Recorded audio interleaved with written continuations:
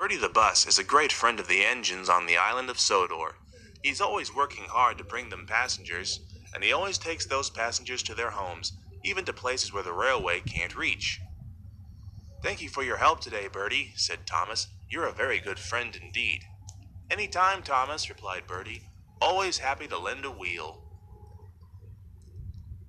One night, Bertie was back in his garage when his driver came to see him. "We're booked on an excursion tomorrow." Bertie was excited. He liked excursions. He was usually kept busy bringing passengers for the engines, so an excursion would make a nice change. "Are they going to the seaside?" he asked. "No," said his driver. "It's a naturalist society." "What's a nature... What you said." "They're a group of people that love nature. We're going to take them up into the hills to watch the birds and look for rare plants, so make sure you're in good form for climbing."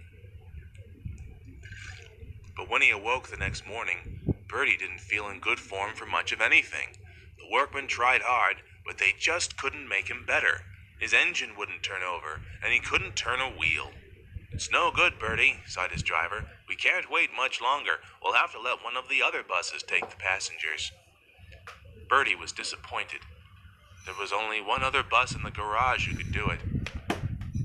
Algy was by no means a rude bus, but he was younger and newer than Bertie, and he knew it. When he was oiled up and ready to go, he tooted at Bertie. "Not to worry, old-timer," he said cheerfully. "I'll collect your passengers and take them safely." Bertie watched sadly as Algy puttered away. Algy collected the Naturalist Society and took them on their way. They had lots of picnic equipment and cameras. They had only gone a few miles when they had to stop for some traffic lights. To their alarm, his engine quit. "What's happening?" he cried. His driver tried to start him again, but he just wouldn't. The naturalists didn't mind. They were happy to get out and push for a while. At last, Algy's engine turned over, and they were able to resume the journey, albeit very carefully. Soon they reached their first destination.